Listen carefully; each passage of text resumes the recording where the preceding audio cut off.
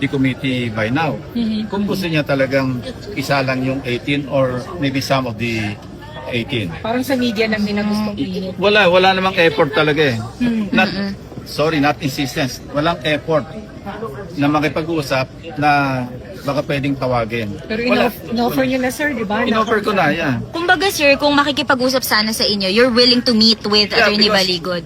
I should really clarify muna. Ano ba ito sabi nyo? Parang do the math. Ano?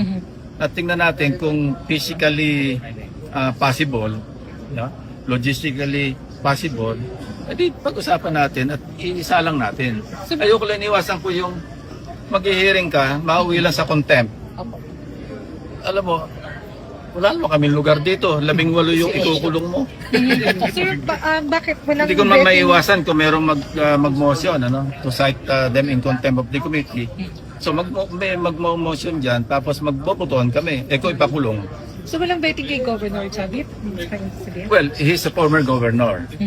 Kaya I leave it up to him to justify his presence. Mag-testify siya. Anyway, makita ninyo naman yung credibility or incredibility, whichever the case.